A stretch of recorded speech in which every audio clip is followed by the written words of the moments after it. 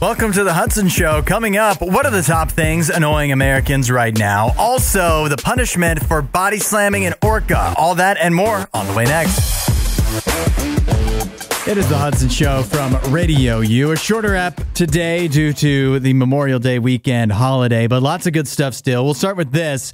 With inflation running rampant, some New Yorkers have found a cheap date idea that might really help you out.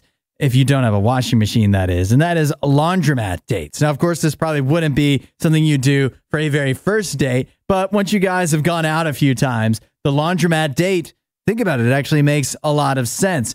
First of all, when you go to the laundromat, what are you doing? Just sitting there, being bored. It just makes sense to bring your significant other along and have them to chat with. Also, maybe it could be a cost-saving measure because you don't wear a lot of white clothes. She does. You combine them into one, boom, and it's two for the price of one for for some of this stuff. You can save. I think it actually makes a lot of sense. Is it that romantic?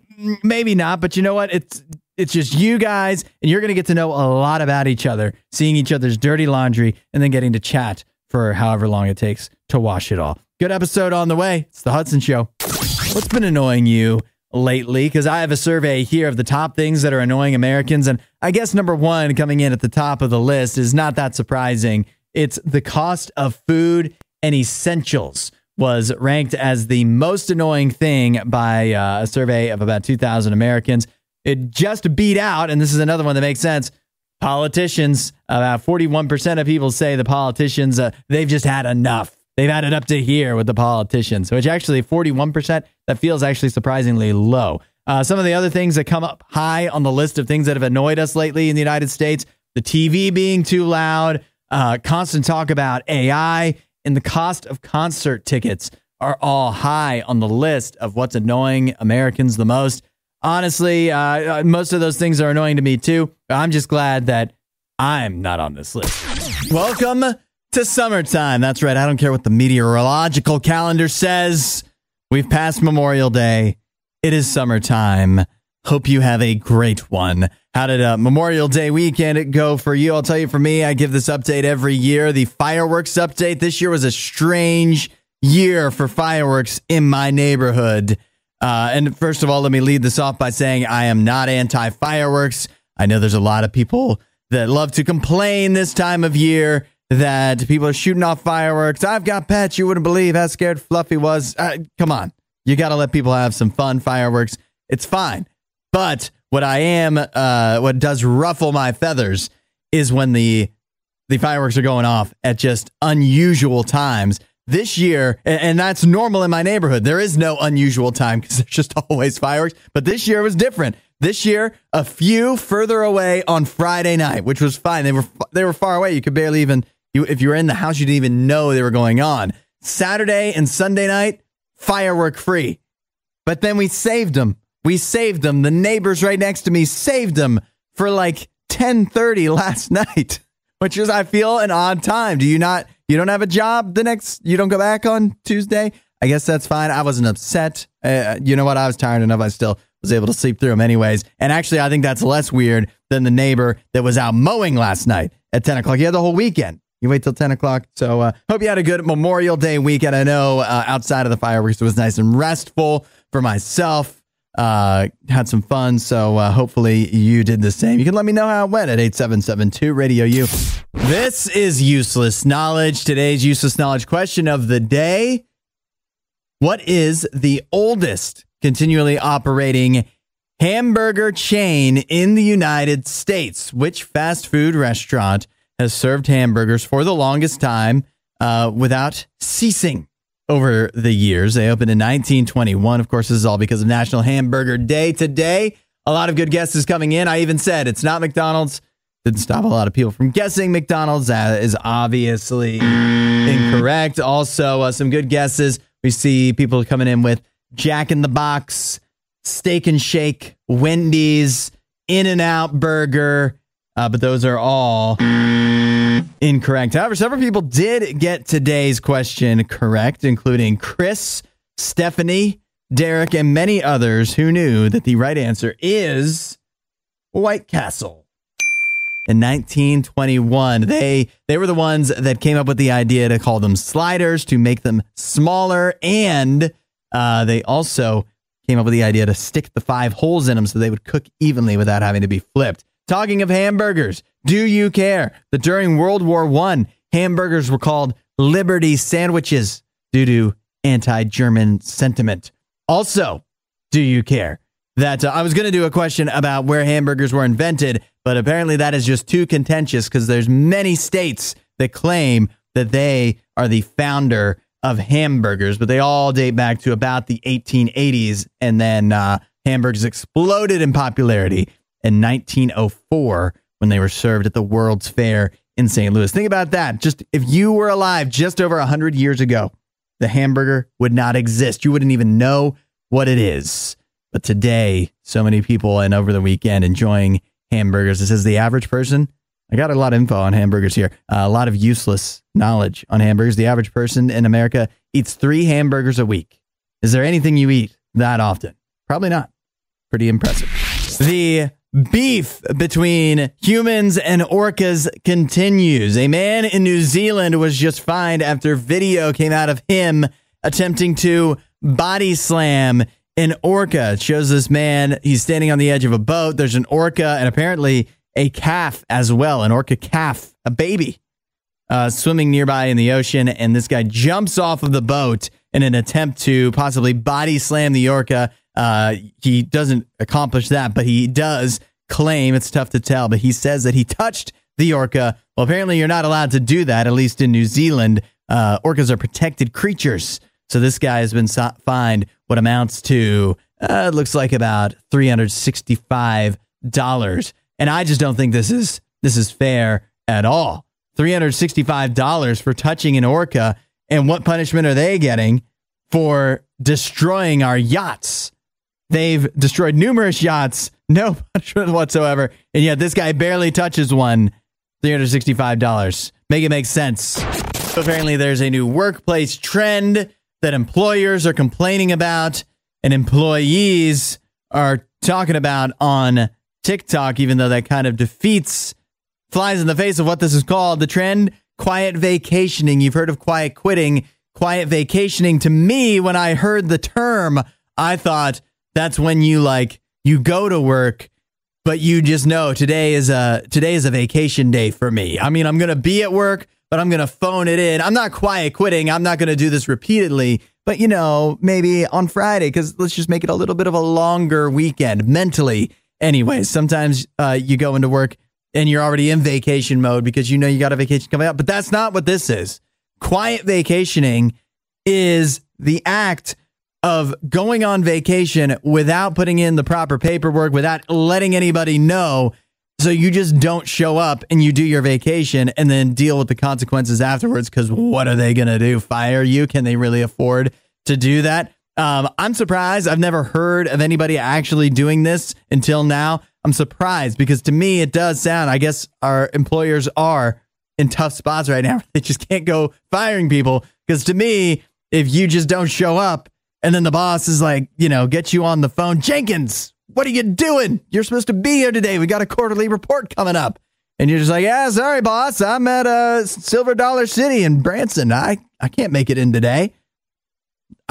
That sounds like you're quitting to me. That sounds like you're quitting. You're getting fired, but evidently not. That's quiet vacation. This is one of my favorite parts of the week. We call it the box office breakdown, taking a look at what made money and what didn't at the movie theaters over the weekend. And unfortunately, this week, it is kind of a story of what didn't. This was the lowest grossing Memorial Day weekend box office in about 30 years. So that's not a great sign. Coming in at number 1 narrowly was Furiosa Mad Max Saga, despite receiving very good reviews. Anya Taylor-Joy and Chris Hemsworth's new movie only made about $32 million over the long weekend. And considering it had like a $170 million budget, forgetting about all the advertising and stuff, that's not a fantastic start. Also, feels like it should have beat the second place movie by more. The second place movie, Garfield, the Garfield movie, that made $31 million. So a good weekend for Garfield Then If came in at number 3, $21 million. Kingdom of the Planet of the Apes still hanging in there at number 4, another $17 million. And The Fall Guy with Ryan Gosling and Emily Blunt made another $7 million to show up at number 5. Go ahead, let me know what you saw over the weekend or recently at 8772 Radio U. I watched 2 movies recently, Bowfinger and 10 Things I Hate About You. And yes, it is 2024, not 1999. I watched Bowfinger, which is with Steve Martin and Eddie Murphy, because I recently watched the Steve Martin documentary on Apple TV Plus. Made me want to go back and check out some Steve Martin movies that I had missed over the years. I've never seen Bowfinger. One of Eddie Murphy's best movies, actually. He is very good, has some very funny lines, funny characters in it. Also, 10 Things I Hate About You, a high school rom-com from 1999 with Heath Ledger, Joseph Gordon-Levitt, and Julia Stiles. Mrs. Hudfather saw that, was reminded of it on TikTok, and then said, we got to watch this. So pop that on. And mildly entertaining. I've never seen it before, but it is shocking to me when you watch a movie like 10 Things I Hate About You. It takes place at high school. How inaccurate, even if they're going for, like, obviously the way people talk in movies isn't really how they talk in real life. But even by that standard, the way 10 Things I Hate About You, the way these high schoolers are talking is not, I mean, I remember high school. This is not how anybody I knew was talking, but they did really manage to capture what a 30-year-old trying to sound like a bunch of really smart high schoolers might possibly talk like. What did you watch over the weekend? 8772 Radio U. Let me know. That's your box office breakdown. Mike Elko, he's the new head football coach at Texas A&M. He was just asked, with the new EA Sports College Football 25 coming out in a few weeks, what his thoughts on that were.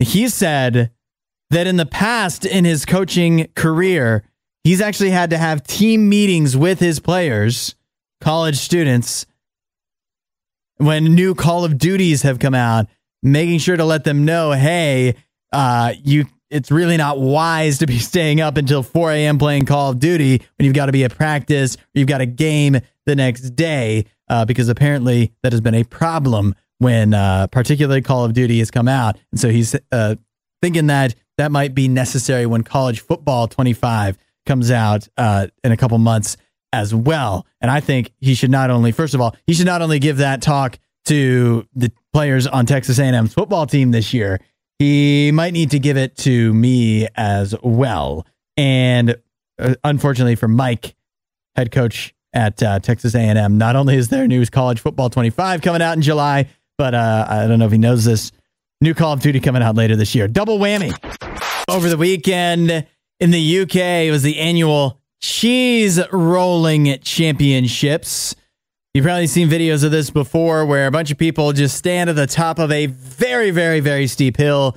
A roll of cheese, a wheel of cheese is rolled down the hill, and your task is to be the first one down the hill to get to that wheel of cheese. And watching the videos from the event over the weekend, it has me wondering, would you rather, I know Would You Rather Wednesday now tomorrow, but would you rather participate in the cheese rolling championship in the UK or get tackled with pads by any pro NFL linebacker? Because I feel like you probably got a comparable amount of pain and injury possibilities from either one. Although I guess if you participate in the cheese rolling championships, there's got to be some kind of prize if you win, right? Like, I don't know, $20 or something. Feels like about what you deserve.